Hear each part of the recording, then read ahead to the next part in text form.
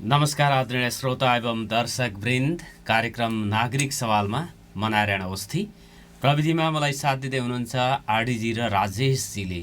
नागरिक सवालमा आज एमसीसी को पटाक सेप कसरी होला अथवा एमसीसी सम्बन्धी जुन मुद्दा छ त्यसको अन्त अथवा त्यसको समाधान कसरी खोजिएला त। एमसीसी कै वरिपरि रहेर मैले कुराकानी गर्नेछु। संवादको लागि मैले स्टुडियोमा निम्ति आएको छु राजनीतिक विश्लेषक एवं अधिवक्ता डाक्टर केदार चन्द्र भट्टलाई।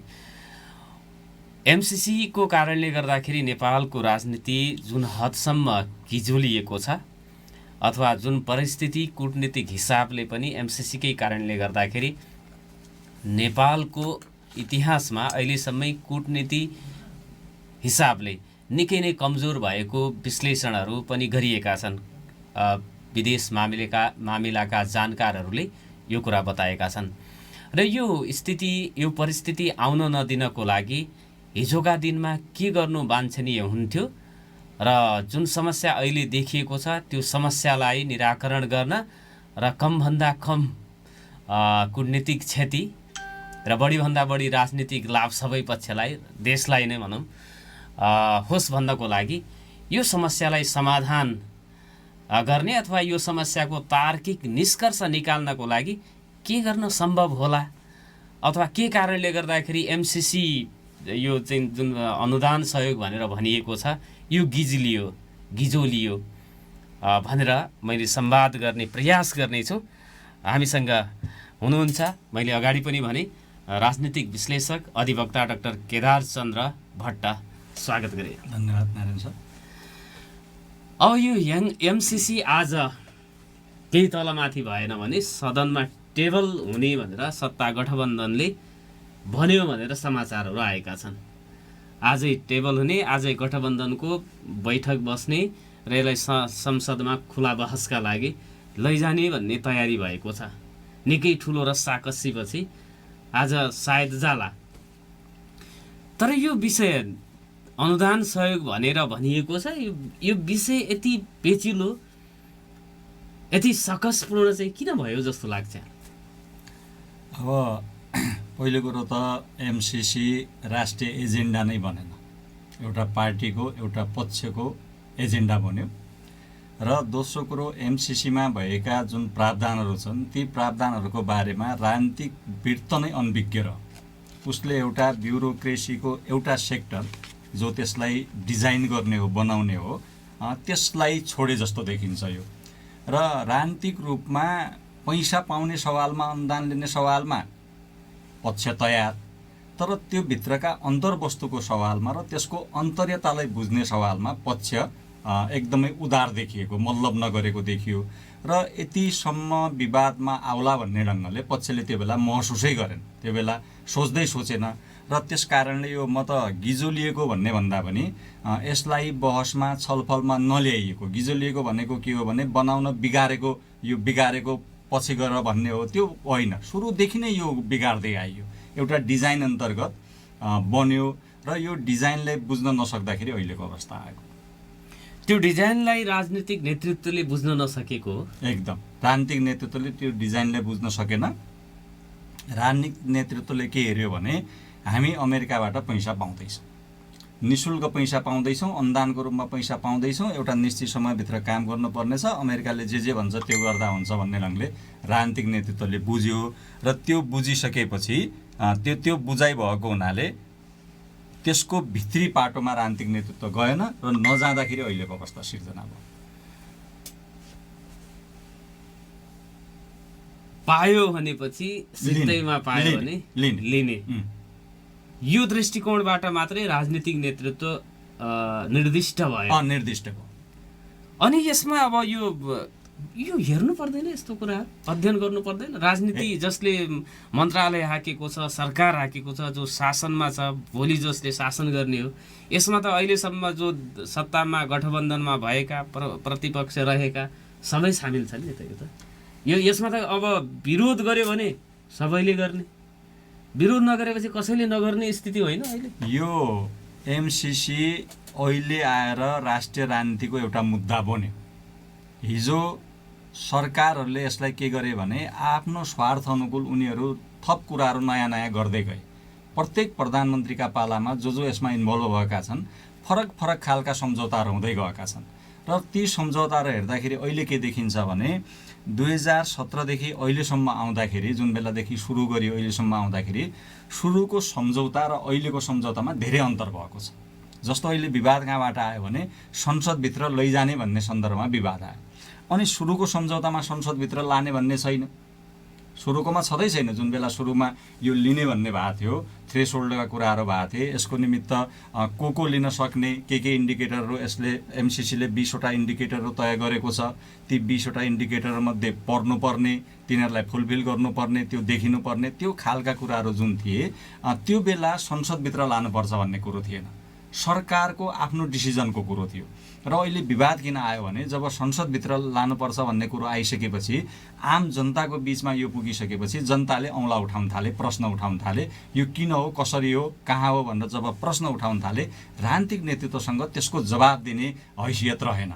राजनीतिक नेतृत्वको जवाब कस्ता आयो भने जस्तो एमसिसीको बोर्डले जवाब दिन्छ, एमसिए नेपालले जवाब दिन्छ, त्यस्तै खालका जवाबहरू राजनीतिक नेतृत्वबाट आउन थाले र त्यस कारणले यो बढी अप्ठ्यारोमा पर्यो र अहिले राजनीतिक पार्टीहरू यसलाई लिएर अप्ठ्यारोमा परेका छन्। इतिहासमै राजनीतिक दलहरूलाई यो निकै अप्ठ्यारो र पेचिलो हो एमसिसी भएको। नेपालको राजनीतिक इतिहासमा अहिलेसम्म युद्धरत अवस्था बाहेक एउटा सामान्य अवस्थामा यति सकसपूर्ण अवस्था आएको थिएन। दुईटा शक्ति केन्द्रहरू, विश्वका शक्ति केन्द्रहरू आम्ने सामने भएको यो पहिलोपल्ट हो। नेपालको कुनै इस्युलाई लिएर पहिलोपल्ट आम्ने सामने भएको। हिजोका दिनमा के थियो भने जस्तो नेपालको तिब्बतसँग युद्ध भयो, तिब्बतसँग युद्ध हुँदाखेरि चाइनाले तिब्बतलाई सहयोग गर्ने भनेर आफ्नो सेना पठायो, तर त्यो सेना त्यस्तो खालको आम्ने सामने भएको थिएन। पछि युद्ध भयो, त्यो एउटा युद्धको परिस्थिति थियो र भारतसँग धेरै विवाद भयो सन्धि सम्झौताहरूको सन्दर्भमा, तर तेस्रो पक्ष त्यहाँ इन्भल्भ थिएन। अहिले त के भयो भने नेपालको सन्धिका कुराहरू, नेपालले अनुदान पाउने कुराहरू, अनि चीन र अमेरिकाको बिचमा एउटा ठुलो कूटनीतिक युद्ध, यसलाई एउटा कोल्ड वारको रूपमा बुझ्दा हुन्छ, शीत युद्धको हामीले सुरुवात गऱ्यौँ। अनि यसमा यो प्रकरणमा चीन र अमेरिका मात्रै सामेल नहोला नि? यो के हो भने दक्षिणी छिमेकी भारत मौन होला? यो प्रकरणमा अमेरिका र चीन आम्ने सामने भए। अब यिनीहरूका पार्टनरको रूपमा जस्तो अब नेटोका कुराहरू हुने भए, अनि त्यसै गरेर अब यो भारतका कुराहरू हुने भए, युरोपियन युनियनका कुराहरू हुने भए, यी त स्वाभाविक रूपमा समय सापेक्ष रूपमा प्रतिक्रिया दिन्छन् र आफू अनुकूल उनीहरूले गोटी चाल्छन्। अनि यो एमसिसीमा यो तथ्य यसले चीन घेर्नको लागि ल्याइएको हो, चीनका विरुद्ध छ, अथवा नेपालमा बसेर भारत र चीनका विरुद्ध अमेरिका खेल्न चाहन्छ अथवा पश्चिमा शक्ति खेल्न चाहन्छ भन्ने जुन भाष्यहरू अथवा जुन कुराहरू आउँछ नि, त्यसले त यो हाम्रो देशका ठुला नेताहरूलाई पनि चीन र भारतको बढी चिन्ता, नेपालको चिन्तै छैन जस्तो पनि।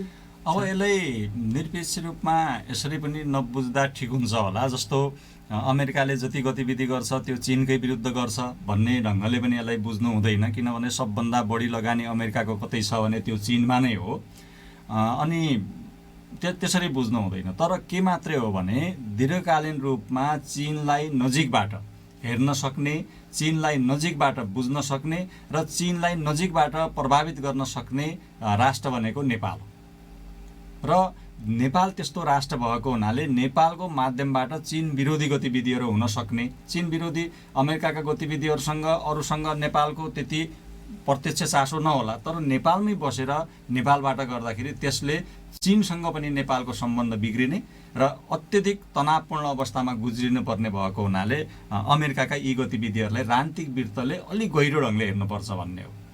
यसलाई नेपालको भूमिका त के हुन्छ भने चीन र भारतको बिचमा, चीन र अमेरिकाको बिचमा एउटा सहयोगीको भूमिका हुनुपर्छ, मिलाउने भूमिका हुनुपर्छ। यहाँ त कस्तो देखियो भने अमेरिकाले नै पैसा दिने, अमेरिकाले नै अनुदान दिने, अनि अमेरिकाकै अनुदानकै कारणले अमेरिका र चीन बीचको सम्बन्ध बिग्रिन र त्यसको कारक तत्त्व नेपाल बन्ने, नेपालका राजनीतिक पार्टीहरूको अपरिपक्वताको यो परिणाम। किन यो अपरिपक्वता गर्न पुगे दलहरू?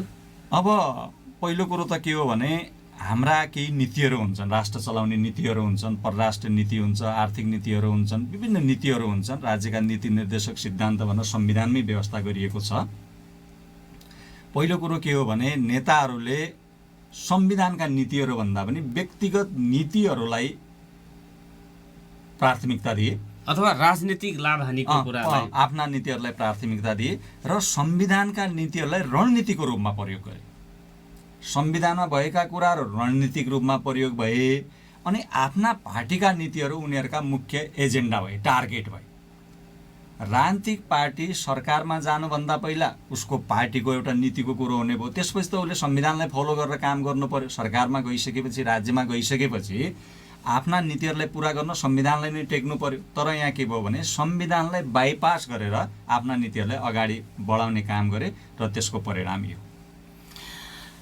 आदरणीय श्रोता एवं दर्शक वृन्द, नागरिक सवाल सुनिराख्नु भएको छ दिनेश एफएम 93.8 मेगाहर्ज, दिनेश खबरको फेसबुक पेज, लम्कीमा रहेको लम्की एफएमबाट, मोबाइल एप्लिकेसन र अनलाइनबाट। एमसीसी प्रकरणको कुरा गरिराखेको छु। यो यति धेरै सकसपूर्ण स्थितिबाट एमसीसीको कारणले गर्दाखेरि हाम्रो राजनीतिक वृत्त मात्रै होइन, सर्वसाधारण पनि यो विषयमा निकै फरक मत राखिराखेको स्थिति हो। यसरी सरासर भन्ने हो भने एमसीसीको विरुद्धमा आम समुदायको बहुमत छ जस्तो लाग्छ। अब यो हेर्दाखेरि सीमित व्यक्ति बाहेक धेरैले यसको विरोध गरेको स्थिति छ, तर राजनीतिक वृत्त सबैले आफ्नो पालो आउँदाखेरि यसलाई अघि बढाएको देखिन्छ। छोटो व्यापारिक विश्रामपछि पुनः संवाद गर्नेछौँ। सुन्दै गर्नुहोला नागरिक सवाल। पुनः स्वागत छ आदरणीय श्रोता नागरिक सवालमा एमसीसी बहस गरिराखेका छौँ र संवादमा हुनुहुन्छ राजनीतिक विश्लेषक अधिवक्ता डाक्टर केदार चन्द्र भट्ट। एमसीसीको विरोध भइराखेको छ, नपढिकनै विरोध गरियो भनेर राजनीतिक दलका नेताहरूले आरोप लगाएका छन्। तर तथ्यमा टेकेर एमसीसीका पाना पत्र कमा फुलस्टप हेरेर बोल्ने मान्छेहरू पनि छन्। त्यो राष्ट्रिय मिडियादेखि स्थानीय मिडियाहरूमा बोलिराख्नु भएको छ उहाँहरू। यो कारणले गर्दाखेरि एमसीसी गलत छ है, पैसा मात्रै हेऱ्यो भने 55 अर्ब छ, तर त्यसपछिको कुराहरू निकै गम्भीर विषयवस्तुहरू छ। त्यसलाई सम्बोधन नगरिकनै यसलाई जस्ताको त्यस्तै पास गर्नु हुँदैन भन्ने मत सन्तुलित मत हो भनेर पनि भनिँदैछ। डाक्टर साहब, यो सन्धि सम्झौता यी कुराहरू कानुनी दृष्टिकोणबाट व्याख्या र विश्लेषण गरिनुपर्छ, हेरिनुपर्छ। तपाईँ कानुनको विद्यार्थी, जुन एमसीसी कम्प्याक्टमा लेखिएका कुराहरू छ त्यो अङ्ग्रेजी र नेपाली दुईटै भाषामा लेखिएको छ। त्यो प्रश्न हेर्न सकिने गरी राखिएको पनि छ। यहाँले अध्ययन गर्नुभएको छ। कहाँनेर कुन कुराले एमसीसी बेठिक छ, तसर्थ यसमा परिमार्जन हुनुपर्छ, अनुदानै नलिने भन्ने कुरा होइन, तर परिमार्जित भएर लिनुपर्छ भनिँदैछ नि। के कुराले राष्ट्रघात हुन्छ भन्ने भन्न सकिने कानुनी दृष्टिकोणले अवस्था, राजनीतिक दृष्टिकोण अलग्गै होला, कानुनी दृष्टिकोणले कहाँनेर समस्या हो? अब यो एमसीसी कम्प्याक्ट जुन आएको छ, यो एमसीसी नेपालमा जुन आएको छ, यसको अन्तर्यमा विभिन्न कुराहरू छन्। यसमा नेपाल सरकार र एमसीसी बीचमा एउटा पत्राचार भयो। एमसीसीले केही सवालको जवाब पनि दिएको छ। ती जवाबहरू अब मैले सबै मसँग डकुमेन्टहरू छन्। ती जवाबहरू जुन छन्, ती जवाबहरूले एमसीसीको जुन सम्झौताको ड्राफ्ट बनाएको छ त्यसलाई कुनै फरक पार्दैन। त्यो जवाब मात्रै औपचारिकता निमित्त आएका छन्। के भनेको छ भने यो आइपिएसको अङ्ग होइन भनेको छ। त्यसले त्यो सम्झौताभित्र असर गर्दैन। पछि दिएका स्पष्टीकरणहरूको मतलब हो त्यो भित्र असर गरेन, भित्र लेखिनु पर्यो। त्यो सम्झौताभित्र यो आइपिएसको अङ्ग होइन भन्ने कुरो त्योमा लेखिनु पर्यो, क्लजमा लेखिनु पर्यो। शङ्का भइसकेपछि शङ्काको त समाधान हुनु पर्यो। त्यो लिगल रूपमा हुनु पर्यो, औपचारिक रूपमा हुनु पर्यो, अनि एथेन्टिक बडीबाट हुनु पर्यो। कुनै अमेरिकन एउटा विज्ञले भन्न भएन, अमेरिकी गभर्मेन्टको अथोरिटी प्राप्त व्यक्तिले गरेको हुनु पर्यो। त्यस कारणले एमसीसीमा एउटा कुरा होइन, थुप्रै कुराहरू समस्याग्रस्त छन्। अब यो कस्तो भयो भने 4वटा कुराहरू। एकजना फ्रान्सिसी फुकमाया भन्ने एकजना विद्वानले एउटा किताब लेख्नुभयो द इन्ड अफ हिस्ट्री भनेर। यो 1990 मा जब पुरै विश्व एकध्रुवीय बन्यो त्यो बेला इन्ड अफ हिस्ट्री भनेर एउटा बुक लेख्नुभयो र 4वटा कुराहरू पुँजीवाद, उदारवाद, बजारमुखी अर्थतन्त्र, खुला समाजको बहस अगाडि आयो। र अनि के भनियो भने अब विश्वलाई हेर्ने दृष्टिकोण भनेको युनिभर्सल जुन भ्याल्यु बनेको छ त्यो भनेको अमेरिकन हो। अमेरिकन दृष्टिकोणले सारा विश्व चल्छ भन्न भनियो। र विश्वमा भइरहेका लडाइँ भनेको एउटा विचारको लडाइँ पनि हो। विश्वभरिमा विचारले नै अरू कुरालाई निर्देशित गर्ने हो। विचारको प्रश्न मूल प्रश्न हुन्छ। अनि विचारसँग साधन स्रोतहरू जोडिन्छन्, सम्पत्ति जोडिन्छ, सत्ता जोडिन्छ, अनि त्यसको व्यावहारिक प्रयोग जोडिन्छ। अनि यो जुन वैचारिक कुराहरू आयो त्यो आइसकेपछि 1990 देखि 2008 सम्म पुरा अमेरिकाको एकल प्रभुत्वमा विश्व चल्यो। 2008 सम्म त्यो चल्दाखेरि 2008 मा के भयो भने अमेरिका लगायत युरोपियन बैंकहरूमा युरोपमा आर्थिक सङ्कट देखा पर्यो। वित्तीय पुँजीवादमा एउटा आर्थिक सङ्कट देखा परिसकेपछि त्यहाँ जनताले अत्यधिक रूपमा बेरोजगार भए, बैंकहरू पैसा तिर्न नसक्ने अवस्थामा पुगे, अनि त्यहाँ उत्पादन सम्बन्धहरू एकदम कमजोर भएर गए। र त्यो भइसकेपछि चीनले केही मात्रामा सानो स्केलमा एक खालको सहयोग गर्यो। किनभने चीन एउटा ठुलो बजार थियो, बजार विस्तार हुँदै थियो, ठुलो उपभोक्ता थियो, अनि उसको उत्पादन बढ्दै थियो। र उसले गर्दा चीनको त्यसले गर्दाखेरि एउटा चीनको महत्त्वलाई प्रदर्शित गर्यो। चीनको महत्त्वलाई अन्तर्राष्ट्रिय रूपमा चीन आफ्नो ढङ्गले विकास गर्दै थियो। देन स्याओपिङ पछि 1779 पछि चीनको एउटा ग्रोथ अगाडि आइरहेको थियो। 1900 अनि यो 2008 मा जब अमेरिका र युरोपमा वित्तीय सङ्कट देखा पर्यो त्यसपछि चीनको वित्तीय बजारमा इम्पोर्टेन्स अझै बढेर गएको। यस कारणले यो एउटा वैचारिक प्रश्न पनि हो। नेपालको सन्दर्भमा एउटा विचार निजीकरण गर्नुपर्छ भन्ने विचार जबरजस्त रूपमा छ र त्यसको लिडरसिपको रूपमा नेपाली काङ्ग्रेसले गर्छ। र उसले के गर्छ भने पुरा सम्पत्तिको जे जति छ राज्यको सम्पत्तिको निजीकरण हुनुपर्छ भन्ने मान्यता राख्छ। र त्यही मान्यता अनुरूप 2047 सालमा सरकार गठन भइसकेपछि रामशरण महतजीहरूको योजनामा नेपालका जति पनि कम्पनीहरू थिए, सरकारी कम्पनीहरू थिए, सबैको निजीकरण गरियो। र के भनियो भने अब नेपालले जुन यो समस्या थियो, सरकारले चलाउन सकेको थिएन, घाटा भइरहेको थियो, समस्या थियो, अब धेरै फाइदा भएर जान्छ भन्न भनियो। र अहिले 47 सालदेखि अहिले आउँदाखेरि यति लामो अवधिमा त्यसको कुनै पूर्ति भएको छैन। त्यो उद्योग धन्दाको विकल्पको रूपमा न रोजगारी सिर्जना भएको छ, न उत्पादन बढेको छ, न जीडीपी बढेको छ, कुनै भएको छैन। यस कारणले यो बिना योजनामा गरिने निजीकरणले एउटा ठुलो समस्या पैदा गर्यो।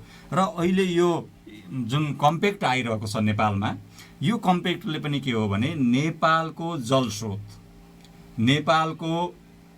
जलस्रोतमा आधारित चिज वस्तुहरूलाई निजीकरणतिर लैजाने भन्ने एउटा डिजाइन।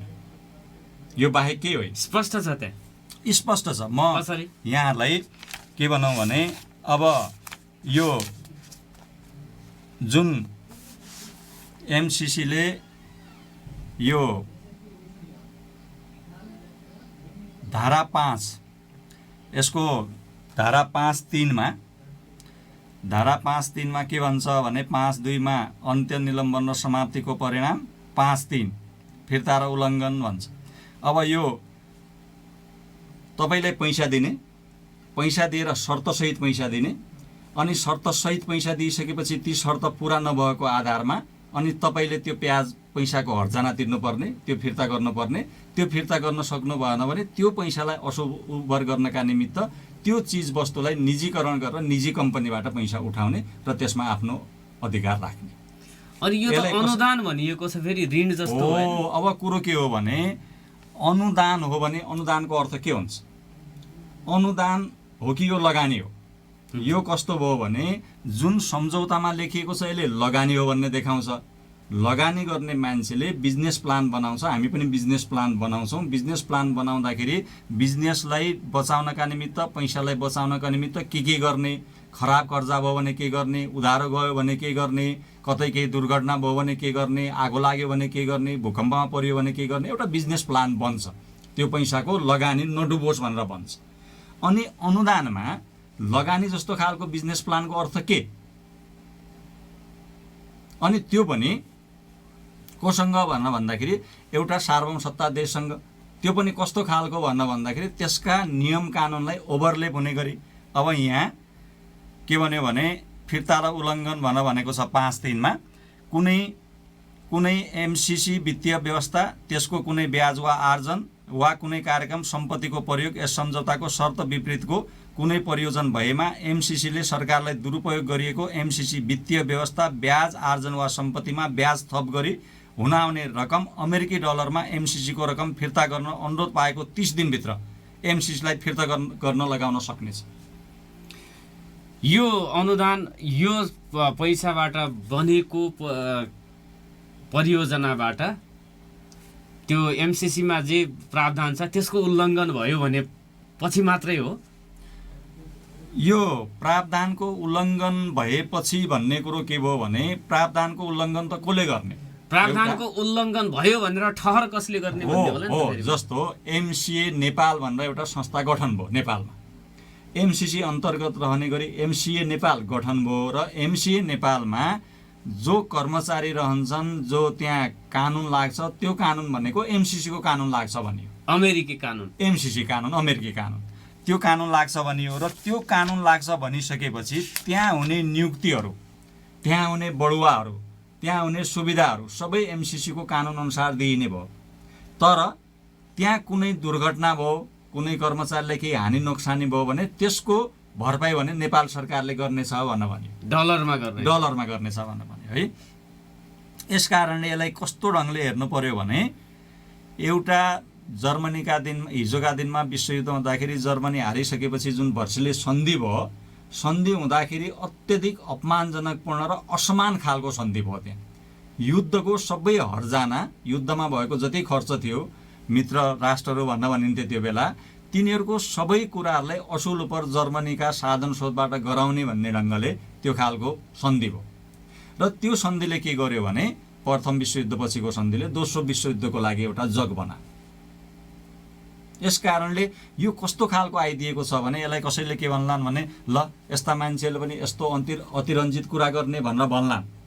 म जिम्मेवारीका साथ भन्छु, म यसैमा लेखिएको आधारमा जुन एमसीसी एक्ट भनेर लेखिएको छ यही आधारमा भन्दैछु, यो सम्झौता जुन बनेको छ अत्यधिक रूपमा नेपाललाई दीर्घकालीन रूपसम्म असर गर्ने गरी, नेपालका संविधान कानुनहरूलाई असर गर्ने गरी, नेपालको सार्वभौमसत्तालाई असर गर्ने गरी बनेको छ। यो यस अर्थमा बनेको छ कि हामीले मित्र राष्ट्रको पैसा नलिने भन्ने कुरै होइन। हामी त अमेरिकासँग बस्न पाए नै खुसी हुन्छौँ, पैसा कुरो टाढा कुरो भयो। अमेरिकासँग सम्बन्ध कायम गर्न पाए नै खुसी हुन्छौँ, पैसा कुरो टाढा कुरो भयो। सवाल के हो भने अमेरिकासँग कुन बेला हामी खुसी हुन्छौँ भने जब अमेरिकाले हाम्रो अस्तित्वलाई स्वीकार गर्छ, हामीलाई सम्मान गर्छ, हामीलाई एउटा रेस्पोन्स गर्छ, त्यो बेला स्वीकार गर्ने हो। यहाँ त के भयो भने म दिन्छु, मेरो शर्तमा दिन्छु। अब साथीहरूले के भन्दैछन्, धेरै साथीहरूले के भन्दैछन्, केही साथीहरूले भने पैसा दिने मान्छेले त आफ्नो लगानीको सुरक्षा खोज्छ। त्यो लगानी नै होइन।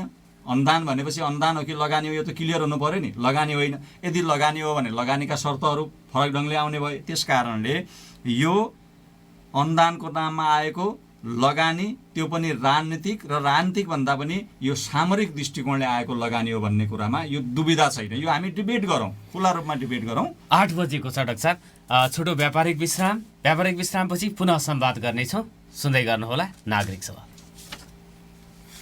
पुनः स्वागत छ आदरणीय श्रोता नागरिक सवालमा एमसीसी को प्रावधानहरू किन, के कारणले, कहाँ आपत्तिजनक छन् भनेर पनि मैले कुराकानी गरिराखेको छु। संवादमा हुनुहुन्छ विश्लेषक एवं अधिवक्ता डाक्टर केदार चन्द्र भट्ट, उहाँसँग संवाद गरिराखेको छु। र यो संवाद गरिराख्दाखेरि आज नै सम्भव भयो भने प्रतिनिधि सभामा एमसीसी सम्बन्धी प्रकरणले के अरे प्रवेश पाउनेछ। आज टेबल हुने सम्भावना अधिक रहेको छ। सत्ता गठबन्धन बीच संसदमा एमसीसी लैजाने भन्ने मोटामोटी तयारी भएको भनेर समाचारहरू प्रकाशित भएका छन्। तर आज बस्ने गठबन्धनको संयुक्त बैठकले यसबारेमा निष्कर्ष निकाल्ने भनेर खबरहरू प्राप्त भएका छन्। र यो खबर सँगसँगै अब यसमा यो विचारहरूको ध्रुवीकरण, तथ्यमा टेकेर विरोध गर्नेहरूले पनि यो कारणले गर्दाखेरि एमसीसी का यी कुराहरू बुँदाहरू परिमार्जन भयो भने अनुदान अथवा सहयोग नलिने भन्ने कुरा हुँदैन। वैदेशिक सहयोगहरू लिएर नै समृद्धि हासिल गर्न सकिन्छ भनेर चाहिँ भनिराखेका छन्। एउटा पक्षले यसलाई कुनै पनि हालतमा पारित गरिनु हुँदैन पनि भनिराखेको छ। एउटा पक्षले आँखा चिम्लेर यसलाई चाहिँ पास गर्नुपर्छ भनिराखेको छ। अब यो तीनवटा पक्षहरू देखिएका छन् र अध्ययन अनुसन्धान र तथ्यमा टेकेर भन्ने जुन चाहिँ एउटा मध्यमार्गी पक्ष छ, अब त्यसका कुराहरू सबैले मन पराएको हुन सक्ने अनुमान मैले पनि गरेको छु। पुनः स्वागत छ डाक्टर साहब। धन्यवाद। अब यो एमसिसी मा आपत्तिजनक कुराहरू बुदागत रूपमै अब यो यहाँनिर यो कारणले गर्दाखेरि यो बेठिक छ, राष्ट्रहित विपरीत छ भनिँदै आएको छ। नेपाली काङ्ग्रेस मात्रै यस्तो दल हो जसले सुरुदेखि अहिलेसम्म आफ्नो पोजिसन यसमा परिवर्तन गरेको छैन। अरू दलहरू त्यो राजनीतिक लाभ हानिका कुराहरू गरे। अब यो अध्येताहरूले जसले यसलाई राम्रोसँग पढ्नु भएको छ उहाँहरूले केही कुराहरू 1 2 3 भनेर चाहिँ यहाँनिर समस्या छ भन्छन्। अब काङ्ग्रेसले पनि त्यो समस्यालाई समस्या ठान्दैन। अरूले यसको विरोध अब मौसमी हिसाबले गर्नेहरूले त समग्र रूपमा होलसेलमै कुरा गर्छन्।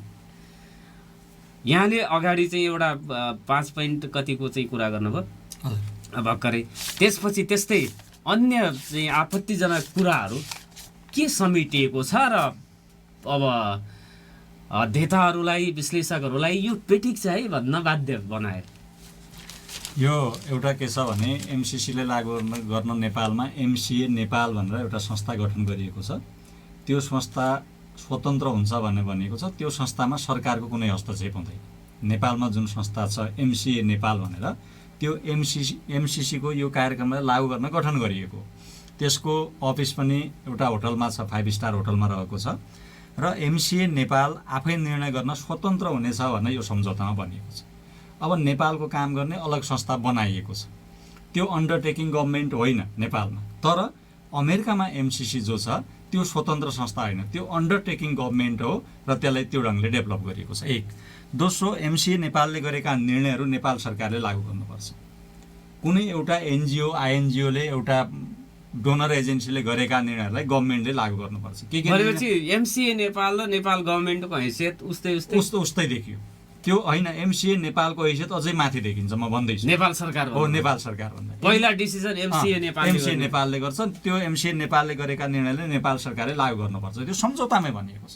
सम्झौतामा जसले पनि डाउनलोड गर्न पाउनुहुन्छ कृपया सम्झौतालाई पुरा पढिदिनु होला र 2-3 चोटि पढिदिनु होला। आफै बुझिन्छ। बुझ्नै नखोजेपछि फरक कुरा हो, बुझिन्छ। व्याख्या गर्दा अझै बुझिन्छ, डिस्कसन गर्दा अझै बुझिन्छ। एमसिसी लागू गर्न नेपालमा एमसिए नेपाल गठन गरिएको छ। सोल्टी होटलमा या कुन चाहिँ होटलमा, 5 स्टार होटलमा त्यसको चाहिँ कार्यालय रहेको छ। हजुर। त्यो एमसिए नेपालमा कर्मचारी को छन्?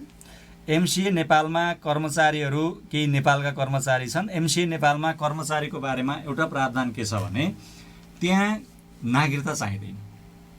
एउटा एकदम ठुलो अप्ठ्यारो कुरो भनेको एमसिए नेपालमा कर्मचारी को हुने भन्ने बारेमा नागरिकता चाहिँदैन। नेपाली नागरिक हुनु पर्दैन। बायोडाटा भए पुग्यो, जोसुकै पनि हुने भयो। अब यसको अर्थ के भयो भने त्यहाँ अमेरिकनहरू पनि त्यहाँ मेम्बर हुने भयो, कर्मचारी हुने भयो। बाहिरका अरू मान्छे पनि कर्मचारी हुने भयो। विज्ञहरू त भए नै कर्मचारी हुने भयो। अब उनीहरू फेरि त्यो कस्तो छ भने एमसिसीमा रोजगारीको सवालमा नेपालको कानुन लागू हुँदैन। नेपाल सरकारले कुनै निगरानी गर्न पाउँदैन। एमसिए नेपालमा जस्तो यो एउटा तपाईँको संस्था छ, यो संस्थामा नेपाल गभर्मेन्टको निगरानी छ। यो संस्थाले के गरिरहेको छ भने निगरानी गर्न पाउँछ।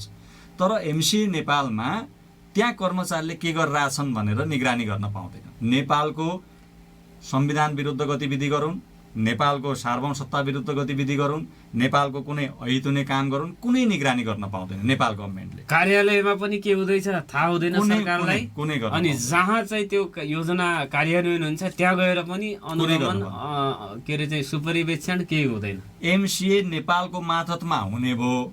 एमसिए नेपालका कर्मचारीसँग नेपाल सरकारका कर्मचारी जान पाउने भए, गर्न पाउने भए।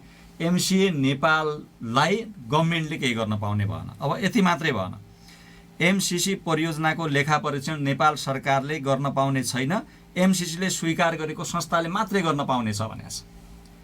अब एमसिसी नेपालले के भन्छ भने एमसिए नेपालले अस्ति उनकै एउटा कार्य निर्देशकको इन्टरभ्यू अन्तर्वार्ता आयो, के भन्छ भने उसको वेबसाइटमा पनि राखिएको छ, नेपालमा महालेखा परीक्षकलाई दिइएको छ भनेर भन्छ। त्यो त एमसिसीले स्वीकार गरेको एमसिए नेपालले स्वीकार गरेका कारणले दिएको भयो, नेपालको कानुन अन्तर्गत दिइएको भएन। त्यस कारणले एमसिसीले स्वीकार गरेको संस्थाले मात्रै लेखा परीक्षण गर्न पाउँछ। अनि नेपाल सरकारले 13 करोड डलरको हिसाबको लेखा परीक्षण गर्न समेत नेपाल सरकारले पाउँदैन, जो नेपाल सरकार आफैले बेहोर्छ, उसको पनि पाउँदैन। त्यो एमसिसीकै एउटा फन्डिङको अङ्ग भन्छ, त्यो नेपालले पाएन।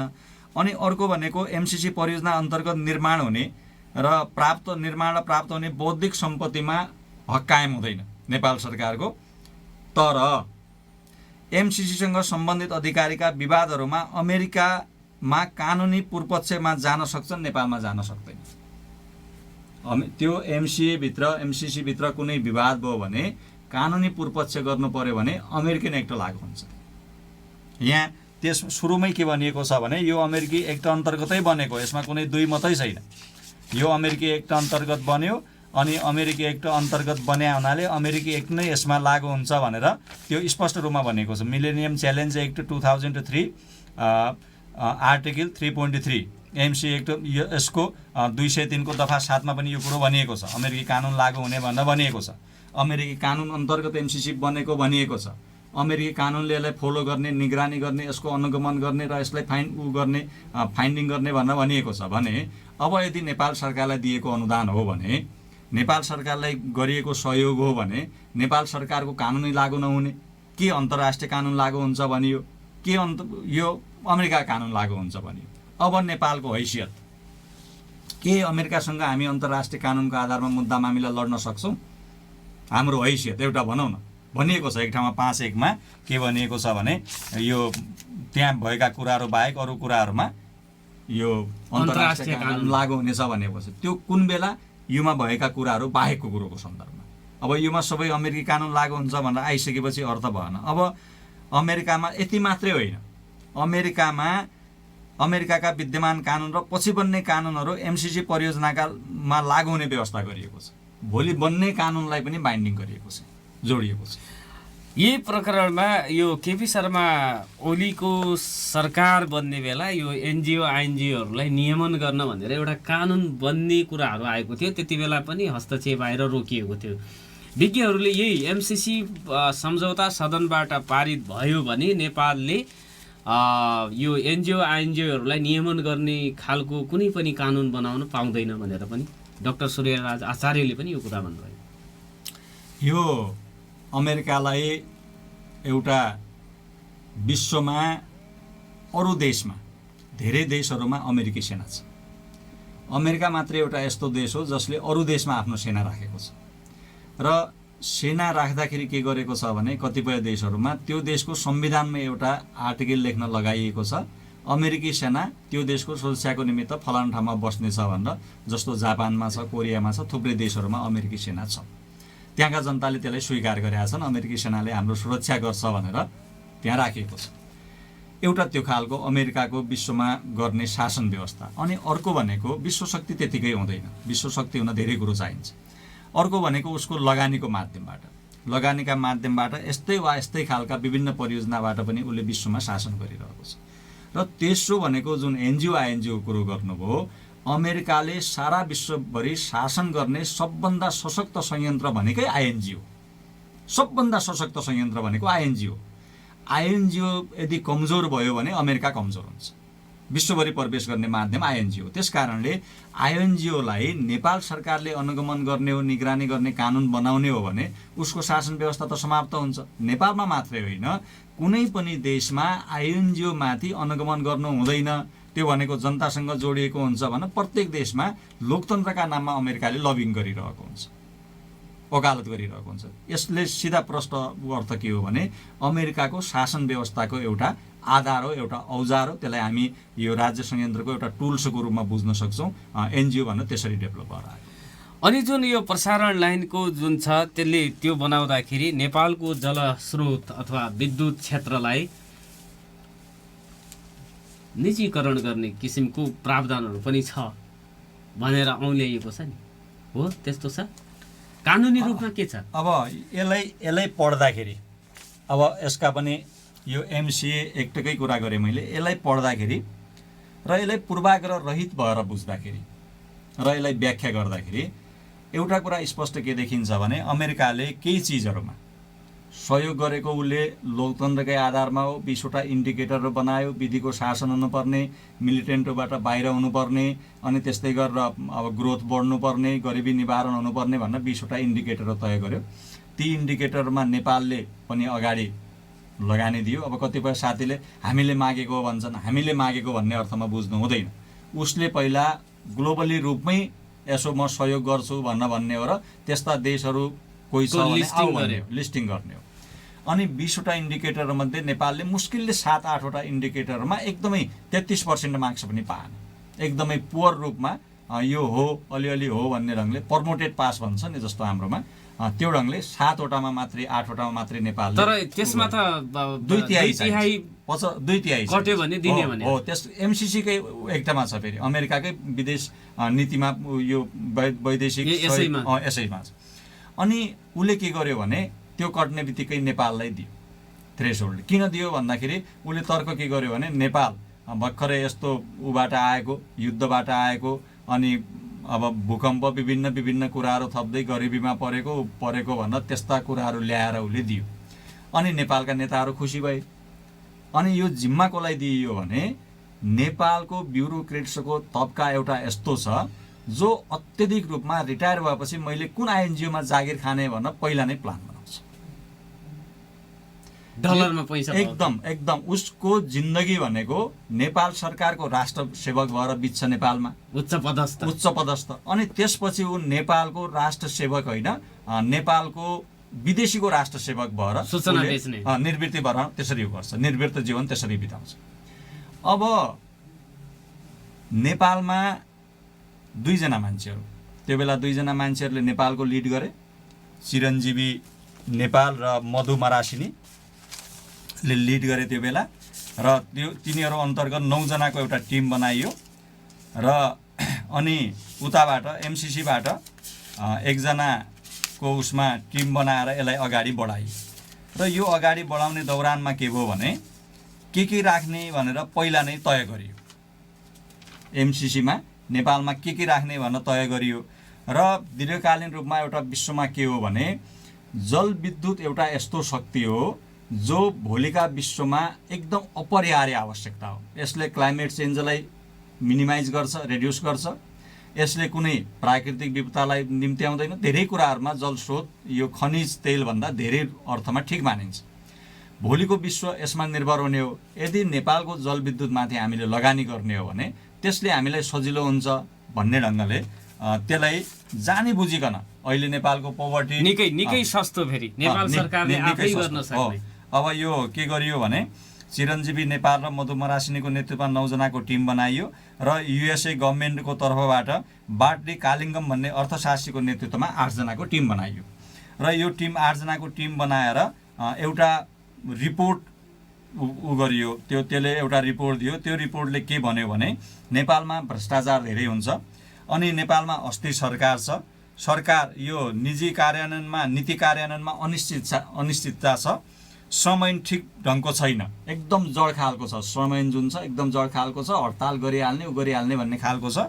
अनि रोडहरू ठिक छैनन्, महँगो ढुवानी प्रणाली छ र विद्युत आपूर्ति ठिक ढङ्गले भएको छैन भनेर यस्ता विभिन्न कुराहरू ल्यायो। र विभिन्न कुराहरू ल्याइसकेपछि उसले अब विद्युत र रोडमा दिने भन्न गरियो। र जुन सुरुको रोडको कुरो थियो अहिले फेरि पछिल्लो चरणमा आएर बदलिएको छ, बदल्दै गएको छ। उसले रोड पनि जो बनेकै रोडलाई बदल्दै गएको छ। अनि ट्रान्सफर्मेसन लाइन के गरेको छ भने जुन चाइनाले बिआरआई अन्तर्गत पर्ने विभिन्न परियोजनाहरूमा डिजाइन गरिएका थिए त्यसको समानान्तर हुने गरी त्यो लाइनहरू बनाइएको छ।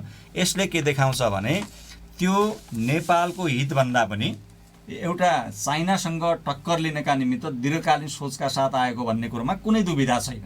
यो आउँछन्, फेरि अमेरिकाले किन ल्यायो भन्ने होइन, शक्ति केन्द्रहरूले यो गर्छन्। तर सवाल के हो भने नेपालका नेताहरूले यसमा अत्यधिक विवेकहीन काम गरे, निकृष्ट काम गरे र जनतालाई ढाँट्ने काम गर्यो। यसमा कुनै उ छैन। डाक्टर साहब, कार्यक्रमको अन्तमा छौँ। अब नेताका कुराहरू अथवा राजनीतिको कुराहरू सबै कुरामा जोडिन्छ। हाम्रो स्थिति अब यो चाहिँ तातो दुध निल्नु न उकेल्नु भएको जो छ अहिले के अरे सरकारको लागि, नेपालको लागि भनौँ, यो स्थिति चाहिँ आउनुको जिम्मेवार त नेताहरूमा हुनु चाहिँ पर्थ्यो। कस्तो हाम्रो राजनीति, हाम्रा नेताहरू कस्ता हुनु पर्थ्यो, कस्ता भए? अन्तमा नेताहरूको आफ्नो विचार हुनु पर्थ्यो, विचारमा अडिग हुनु पर्थ्यो। आफ्नो विचार, पार्टीको विचार, आफ्नो दार्शनिक सिद्धान्त हुनु पर्थ्यो, त्योमा अडिग हुनु पर्थ्यो। राष्ट्रियताको सवालमा एक हुनु पर्थ्यो, नेसनल इस्युको सवालमा एक मत हुनु पर्थ्यो। यस्ता सवालहरूमा राष्ट्रिय सहमति गरेर जानु पर्थ्यो। यो कुनै दन्त बजानको विषय होइन। अब उता एमाले एउटा आफ्नो पोजिसन हेरेर बसेको छ, यो गठबन्धन कुन बेला भत्किन्छ भनेर, अनि गठबन्धनका साथीहरू कसरी बचाउने भनेर त्यो तर्सेर बसेका छन्। एमसिसीलाई त यिनीहरूले यस्तो बनाइदिए कि यसले त देशको लागि ठुलो दुर्भाग्यको रूपमा नेताहरूले निम्त्याए र यसको जिम्मेवारी पनि नेताले लिनुपर्छ। र अहिलेसम्म जति पनि सन्धिहरू भए सबै सन्धिमा नेताहरूले बदमासी गरेका छन्। कोशी सन्धि, गण्डकी सन्धि, महाकाली सन्धि, कुनै भनौँ त 24 वर्ष महाकाली सन्धि भएको भयो। त्यो महाकाली सन्धिमा 1 खरब 20 अरब प्रत्येक वर्ष आउँछ भनेको होइन। अहिलेसम्म सामान्य कामहरू हुन सकेका छैनन्। यसको अर्थ के? अनि कोशी सन्धिमा इन्डियामा गएर त्यो ढोकाहरू राखेको छैन। इन्डियाले ढोकाहरू बन्द गर्छ, नेपालका ढोकाहरू बन्द हुन्छन्, खोल्छ। बर्खामा नेपाली भूमिमै छ त्यो, नेपाली भूमिमा छ, अनि पारिपट्टिबाट रेगुलेटर राखेको छ। यसले के देखाउँछ भने हामी जहिले पनि असमान सन्धिको शिकार भयौँ र त्यो असमान सन्धिमा हाम्रा नेताहरूको ठुलो योगदान रह्यो। विदेशीलाई किन गाली गर्ने? अमेरिका त आफ्नो स्वार्थ सिद्ध गर्न आउने हो, उता सक्यो भने आउने हो स्वाभाविक रूपमा। बदमासी त हाम्रा नेताहरूले गरिरहेछन्। हाम्रा नेताहरूले जनमतलाई कदर गरिरहेका छैनन्। जनताबाट पाएको मतलाई उनीहरूले सत्ता उसको लागि अगाडि बढाइरहेछन्। यस कारणले नेताहरू नसुध्रेसम्म देश सुध्रिँदैन। नेताहरूले जिम्मेवार हुनैपर्छ। नेताहरूले अहिले पनि राम्रो पक्ष के हो भने यसलाई अमेरिकासँग पनि सम्बन्ध नबिगार्ने, चीनसँग पनि नबिगार्ने, भारतसँग पनि नबिगार्ने र त्यसको निमित्त नेताहरूमा कम्तीमा पनि राष्ट्रिय स्तरको सहमति एउटा आवश्यक छ। यो बहुमत अल्पमतले पास हुने विषय होइन। एउटा बेइमानी के गर्दैछन् भने अहिले पनि नेताहरू यो संसदमा लग्ने, बहुमतले पास गर्ने, ध्वनिमतले पास गर्ने, एउटा सामान्य ऐन बनाए जस्तो पास गर्ने भनेर एकदमै बेइमानी गरिरहेछन् र यो राष्ट्रप्रतिको गद्दारी हुन्छ। चाहे जोसुकै त्यस्तो भयो भने राष्ट्रप्रतिको गद्दारी हुन्छ र त्यसपछि एउटा नयाँ जनआन्दोलनको, नयाँ असन्तुष्टिको सिर्जना हुन्छ। यसलाई नेताहरूले थेक्न सक्दैनन्। हिजो राजाले सामान्य हो भन्दै थेक्न सकेन, यो त देखिएको कुरो हो नि। त्यसकारणले नेपाली जनताको सवालमा, राष्ट्रियताको सवालमा जनताहरू बेरोजगार छन्, विभिन्न कुराहरू होलान्। राष्ट्रियताको सवालमा जनता चेतनशील छ, एकदमै सचेत छ। त्यसको निमित्त कुनै पार्टीको कुरो होइन। म कुनै पार्टीको हो भने मेरो नेताले जे भन्यो त्यो मैले मान्नुपर्छ भन्ने छैन। बहस गर्नुपर्छ, डिस्कस गर्नुपर्छ, छलफलबाट निष्कर्षमा पुग्नुपर्छ। तर लाद्ने काम कसैले गर्छ भने त्यो कुरो स्वीकार हुँदैन। त्यसकारणले नेताहरूले अहिले पनि के हो भने भित्र ढुकेर एउटा चोचोमोचो मिलाएर प्राविधिक रूपमा त्यसलाई भित्र लाने। अहिले पनि यो सन्धि, यो नेपालको जुन संविधान छ, यो संविधान अन्तर्गतै यो सन्धि सम्मेलन र अनुमोदन सम्मेलन स्वीकृति वा समर्थन हुँदैन भनेर 2069ले भनेको छ। 79ले नेपालको संविधानको धारा 279लाई पढ्दा हुन्छ यो सन्धि सदनबाट पारित हुने सन्धि नै होइन, त्यसरी जाने कुरो नै होइन। त्यसकारणले नेताहरूले जबरजस्त रूपमा जनतामाथि लाद्ने प्रयास गर्दैछन् र योले एउटा समस्या के क्रिएट गर्यो भने नेपाल र अमेरिकाको मात्रै सम्बन्ध बिग्रेन कि साउथ एसियामा भारत र चीन आम्ने सामने भए।